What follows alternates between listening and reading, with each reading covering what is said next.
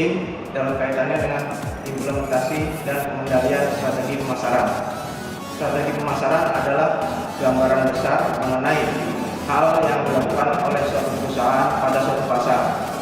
Perencanaan strategi pemasaran adalah bagaimana cara dapat menemukan berbagai peluang, menarik dan menguntungkan, serta bagaimana cara kita menyusun strategi dalam proses mencapai peluang tersebut. Dua hal penting dalam strategi pemasaran yang perlu diperhatikan. Yang pertama yaitu target market, yaitu sekelompok pelanggan homogen yang ingin ditarik untuk menjadi target konsumen perusahaan tersebut. Yang nomor dua yaitu marketing mix, yaitu variabel-variabel yang akan diawasi dan disusun oleh perusahaan tersebut untuk memuaskan kelompok yang akan menjadikan target perusahaan tersebut.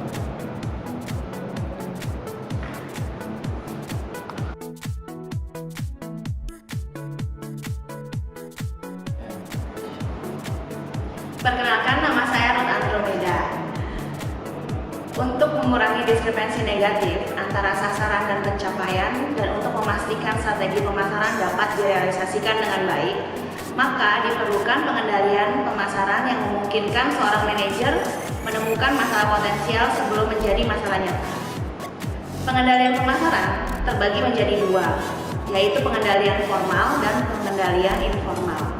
Pengendalian formal adalah mekanisme yang didesain manajer pemasaran untuk memastikan implementasi strategi pemasaran berjalan dengan baik.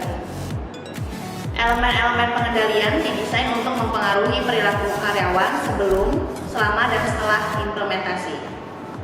Elemen-elemen tersebut dapat dipandang sebagai input, yaitu perekrutan, seleksi karyawan, atau pelatihan karyawan. Dapat dipandang juga sebagai proses, yaitu evaluasi dan kompensasi karyawan. Yang terakhir, dapat dipandang sebagai output, yaitu hasil penjualan, hasil keuntungan, dan lainnya. Pengendalian informal adalah mekanisme tidak tertulis dan berbasis atau berada di dalam diri karyawan yang mempengaruhi individu maupun kelompok karyawan secara tersembunyi atau melalui sikap kerja mereka. Pengendalian informal ini sendiri terdiri dari pengendalian diri karyawan. Ini berbicara bagaimana karyawan menetapkan sendiri sasarannya, lalu berusaha meraihnya, lalu memonitor pencapaian tersebut. Hal lain juga dapat dilihat melalui pengendalian sosial, yang mana adalah setiap kelompok dalam organisasi memiliki nilai-nilai, norma-norma, dan etika kerja. Interaksi antar anggota kelompok dapat menjadi motivator kuat bagi setiap anggota, termasuk dalam implementasi strategi pemasaran. Sedangkan pengendalian budaya yang maknanya hampir sama dengan pengendalian sosial, namun memiliki unsur penting, yaitu nilai yang dimiliki bersama atau shared value.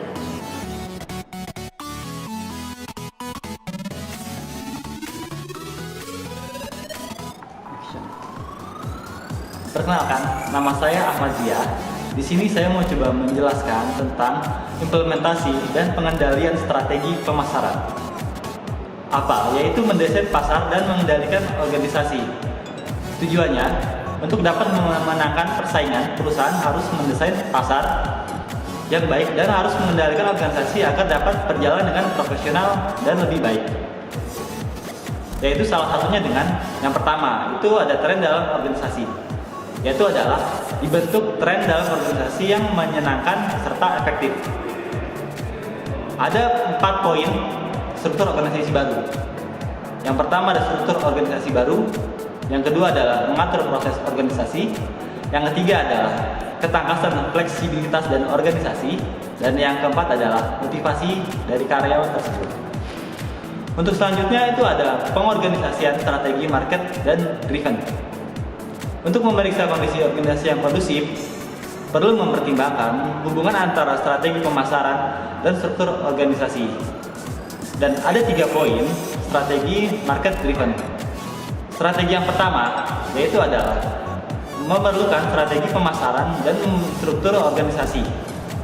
Artinya adalah diperlukan agar strategi dapat berjalan dengan efektif. Yang kedua, penyelarasan organisasi dengan agar organisasi yang baik dan penerapannya dapat diterima di pasar. Lalu yang ketiga, formasi pasar versus proses pasar. yaitu adalah fungsi pemasaran untuk meningkatkan profit, atau juga proses pasar adalah tahapan agar mendapatkan suatu pasar yang baik dan efektif. Thank you.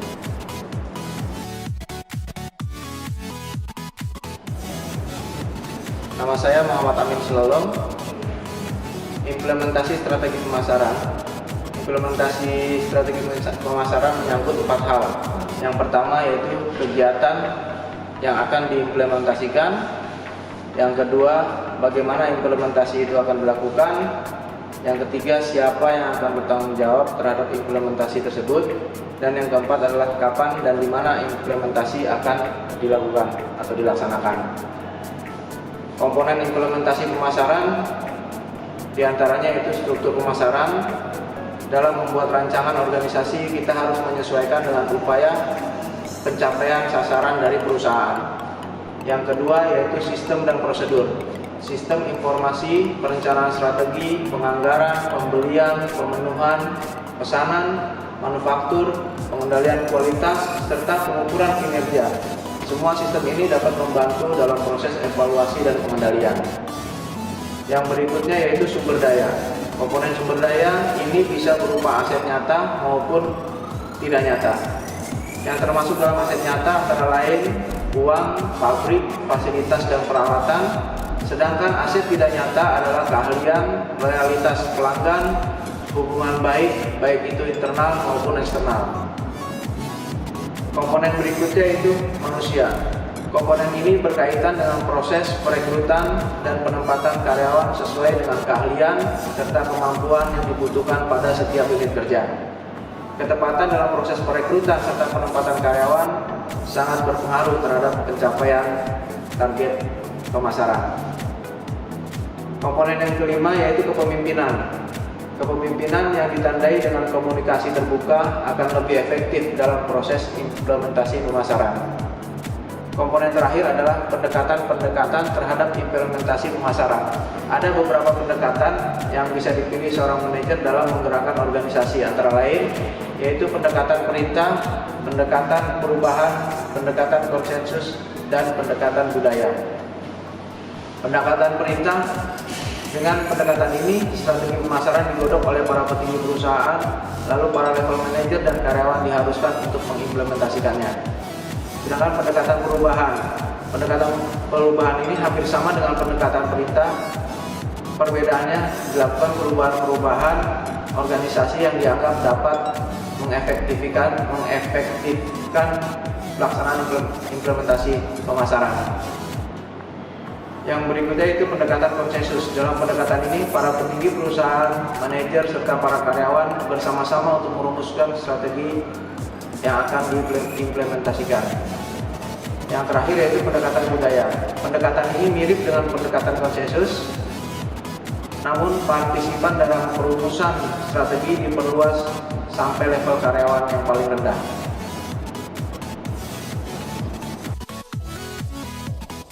Assalamualaikum warahmatullahi wabarakatuh. Nama saya Bambang Sutejo. Kali ini saya akan mengulas tentang Departemen Pemasaran di dalam sebuah perusahaan. Keberadaan departemen dalam sebuah perusahaan sangatlah penting, karena melalui departemen inilah perusahaan dapat memasarkan produk-produknya yang sangat berpengaruh terhadap nilai penjualan. Kemampuan pemasaran adalah kompetensi dalam suatu organisasi yang sangat penting yang dapat menciptakan nilai dalam sebuah perusahaan. Sebuah desain organisasi utama adalah menentukan apakah kegiatan pemasaran akan dilakukan secara sentralisasi atau desentralisasi dalam organisasi multibisnis. Terdapat dua sistem dalam pemasaran, yaitu pemasaran sentralisasi dan pemasaran desentralisasi.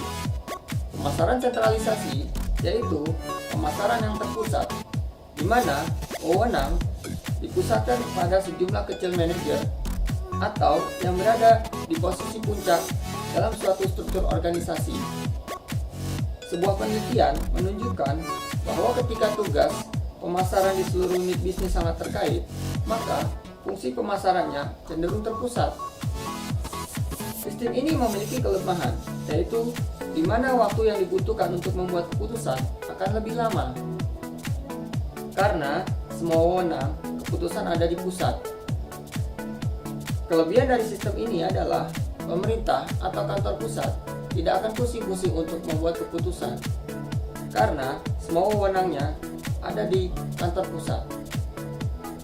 Pemasaran desentralisasi, yaitu pendelegasian wewenang dalam membuat keputusan dan kebijakan kepada manajer atau orang-orang yang berada pada level bawah dalam suatu struktur organisasi.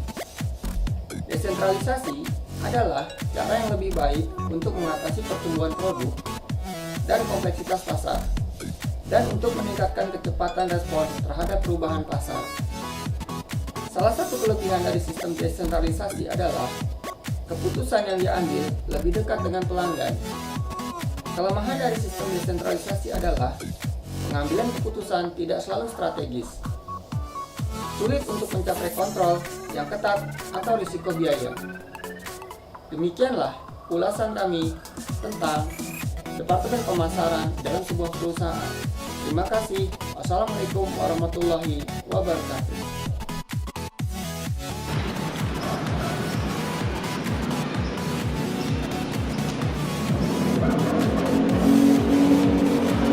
Demikian ulasan materi tugas strategi marketing dari kami kelompok 5. Wassalamualaikum warahmatullahi wabarakatuh.